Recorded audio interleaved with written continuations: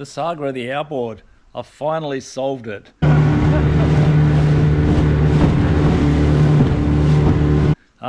It's been running rough for a long time, and I've gone through pretty much everything. Re-kitted the carburetor with all new gaskets, blown it out, cleaned it out several times. That never fixed it. Changed over coils, not coils. Changed over gaskets in the water jacket, not gaskets in the water jacket. I got to the point where I was looking on Marketplace just to get another outboard, because I'd figured this one had some bigger problems with compression or whatever else. I don't have a compression gauge, so I couldn't test it, but everything seemed fine. The one last thing to go to was the magneto, and I thought, oh look, before I start pulling the flywheel and everything off, let's just see how much a new magneto is. Turns out a new magneto was only 25 bucks online, so I got one sent out, switched it over. Here's the old magneto. You can have a bit of a look. It does look a bit scaly. I don't know, there's probably a way of testing it, but I didn't bother. I just switched it over to the new one, and guess what? Fixed straight away. The outboard is running. It's running beautiful. It's not missing.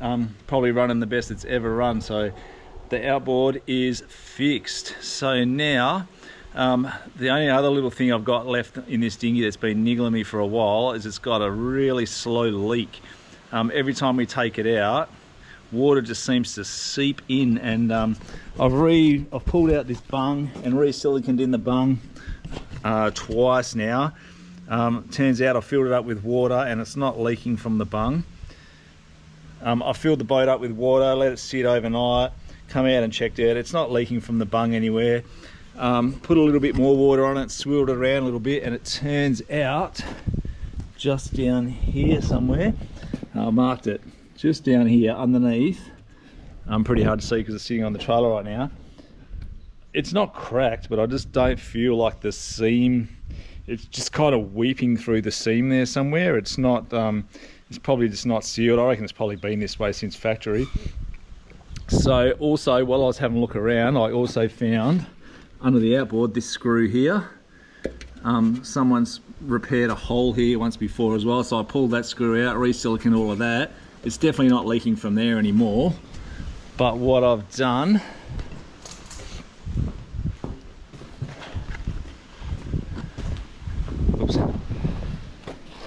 yeah, so what I did was ordered some JB weld online, got this sent out, JB Marine Weld. It's like a two-part weld stuff. So what I'm going to actually do is pull this screw out of here, clean up the silicone, and fill that hole with JB weld.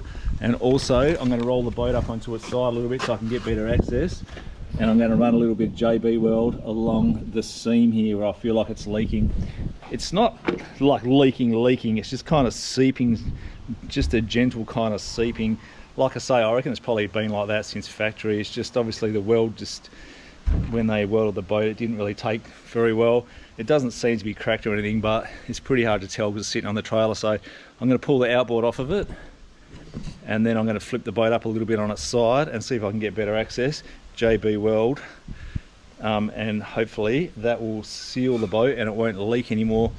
It wasn't like total leaking, just one of those annoying things. It's a boat and it should be watertight, so let's make it watertight.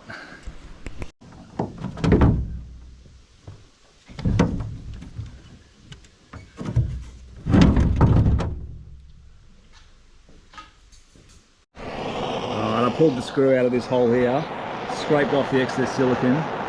Now I'm just going to give it a little bit of a burn with a blowtorch. Just kind of heat it up and burn off any impurities that are left there. Make sure it's all properly dry. You can already see a bit of water seeping out of there. Just kind of dry it out. Obviously I'm not going to heat it up too much because this is aluminium and I don't want to maybe burn a hole in it. Just want to make sure it's all dry before I wipe it over with a bit of prep salt. I reckon that's probably enough. Close that down. Whoops. Trying to do two things at once, hold a camera and unscrew a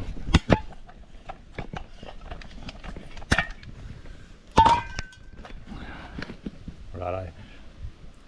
Just give that a bit of a wipe over, make sure that's all dry, and then I'll put a bit of prep sol on there. and then I'll have to have a look at this JB weld and see what the situation is with that. Also, underneath here, I've pushed this boat up, and it does seem, I don't know if you can see, it does seem like it's kind of cracked a little bit along the edge of the weld here.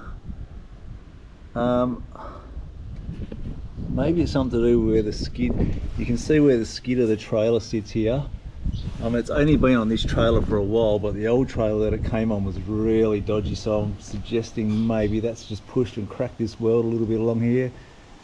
I could get that re-welded, but at this point in time I'm just going to JB weld it and see how it goes, and if it starts leaking again in the future, then I might look into getting it welded properly. I've already wiped this one down with a bit of prep sol, so I reckon that's pretty much good to go. Now I've just got to figure out this JB weld. I don't know, I've never used this stuff before. Set time 4 to 6 hours. Cure time 15 to 24 hours. Alright, anyway, I'm going to mix some of this up, smear it on there, and see if I can fill these holes. And hopefully that will be the end of the leaking problem with the tinny. And then we can get on with the business of starting to use it and doing some adventures in it. Like, it's ready to go. The outboard's running really good. I took it for a bit of a lap the other day and it was running really good. Oh look, here we go, straight away some broken rivets there too. Interesting. Alright, the things you find out when you pull the engine off. So I'll replace those rivets as well while I got this off. Because they could potentially leak there as well, so that's kind of glad I took the outboard off and found that now. Anyway, the things you find, boats, there's always something going on with them. Hopefully I'm getting to the end of this one now.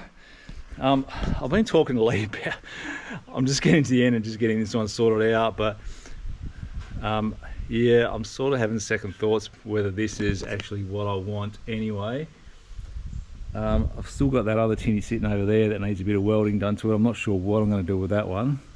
This one here is a good little boat, and now the outboard's running, it's good, but like I said, I'm having second thoughts about whether I really want this boat. But let's get some JB weld on this and I'll have a little talk about that later. I'm going to start with a small amount first till I figure out how this goes, how it works, because I've never used it before.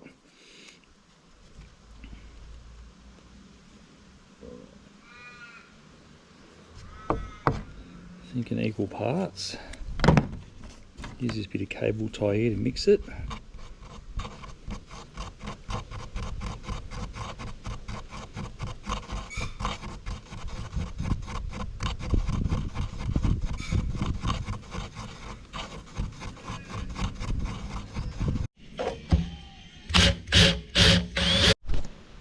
Oh, there's the JB done. I kind of lathered it on here because there was a hole, so I used the little end of the cable tie to kind of push a lot through the hole so that it would hopefully spread behind there, and then I've just sort of lathered it on.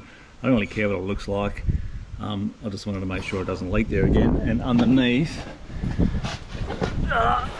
this one was a lot easier. I just kind of smeared it on there, and luckily it works a lot like silicone. You can just lick your finger and then like smear it along, so that just smeared along the gap there. It turns out I started to drill the rivets out here, and the top two broke as well, so I'm going to put all new rivets in here. So first of all, I'm just going to smear a bit of silicone on the holes. Again, this is probably pretty hard to do with one hand, so I'll turn the camera off for now. I'll re-rivet this back on, and then obviously a little dab of silicone. Actually, I might even use the JB weld, just probably silicone, just to fill the heads of these rivets as well, to make sure no water leaks through. The rivets might be closed the other end, but they can also leak, so I'll put a little dab of silicone on them this side and probably the other side, just to stop them leaking as well. Alright, all sorted. So silicone, re-riveted these back on, put a little dab of silicone on them. JB weld set in there, and underneath the seat there. Oh, look at this dirty. I went out with Lee the other night and we had a squid inked all over the seat and we didn't clean it up. Look at that. I don't reckon that's ever coming out now. The black ink of squid. It's some nasty, nasty stuff. Anyway, yeah, I've been thinking about this tinny because originally when I bought it, the plan was I wanted to try to make it go really fast and I was going to try to put a 20 horsepower or 25 or something on it, but I don't know, after all the effort I've gone through with this outboard now, it's running and everything's sweet, and what I really want is a Thundercat. I don't know if you guys have ever seen the Thundercat, so I'll post up a little pic of a Thundercat. Now, I went for a ride in one a while ago. Young Jake took me for a spin in a Thundercat.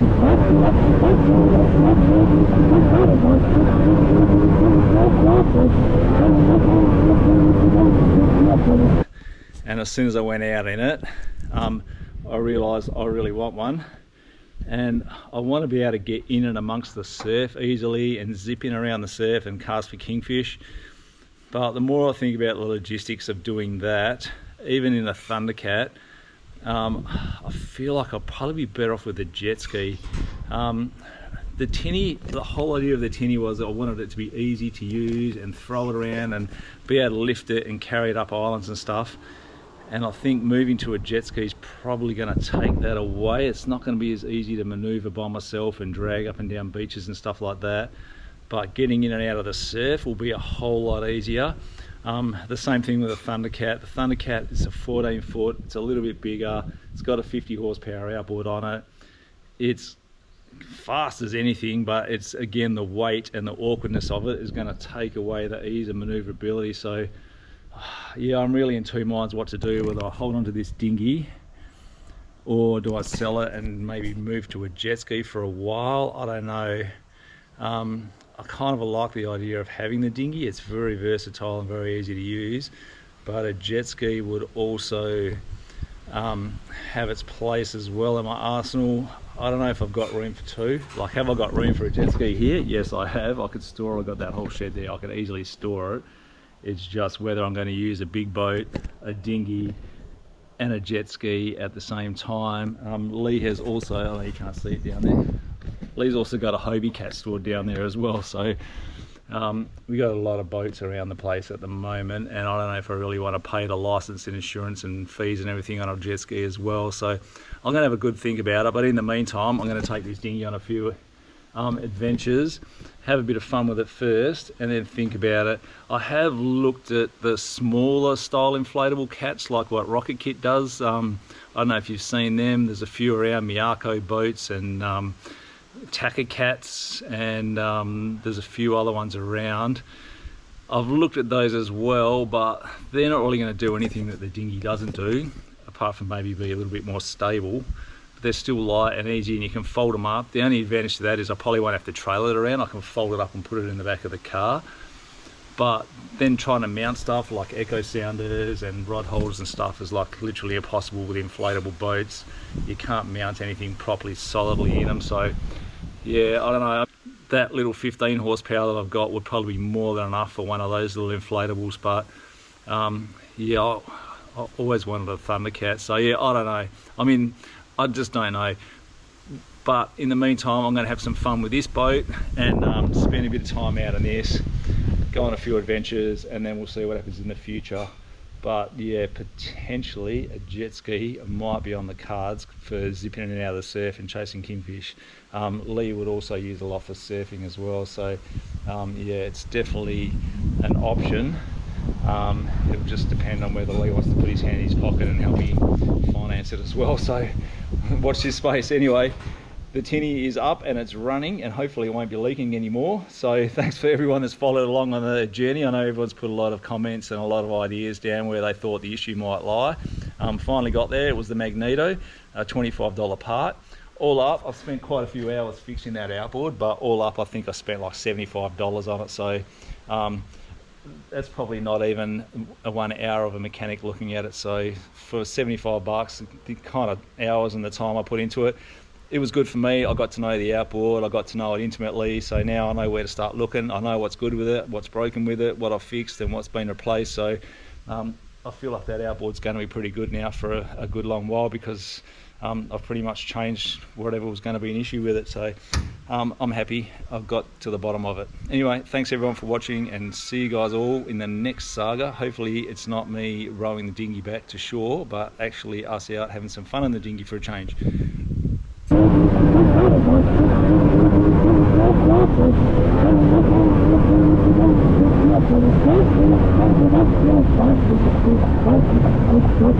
hey, that's quick, eh?